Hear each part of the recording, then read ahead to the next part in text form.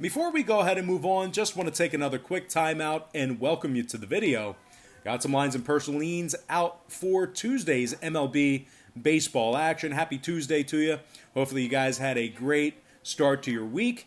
Now before we go ahead and dive into some more free content right here on YouTube, I just have to quickly remind you once again that we are hitting at 72%, excuse me, we're hitting at 72% in our last 22 extra daily picks on patreon.com/BrockPage, and that membership costs just $2.99.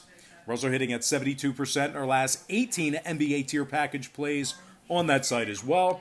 For more information on how you can join in on the action, link for that site is in the description section below. And once again, that's patreon.com/BrockPage.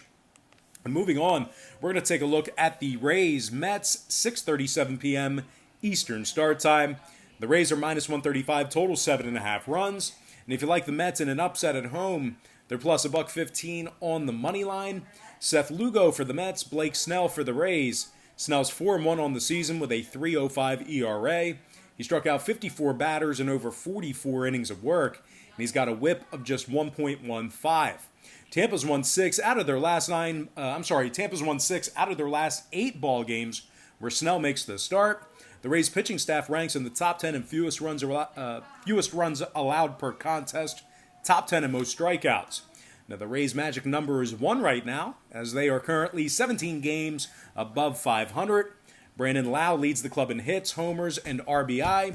He's hit 13 homers on the season and has knocked in 33. The Rays have won 66% of their ball games when traveling this season. Now the Mets, on the other side, are 6 games below 500, and they find themselves in second to last place in the NL East. They're in the top 10 in most hits allowed per contest, top 5 in most runs allowed per game at home. The Mets are also winning just 27% of their ball games in Flushing, Queens.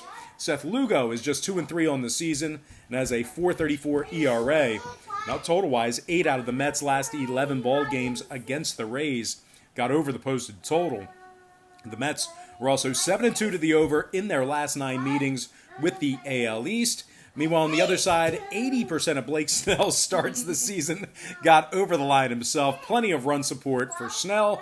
Give me the Rays winning this one outright and the over 7.5 runs in that contest. And obviously, Unky Brock is babysitting poorly here today. And with that, we're going to dive into our next and final matchup for the show. It's going to be A's-Dodgers, and that's going to be a 9:40 p.m. Eastern first pitch.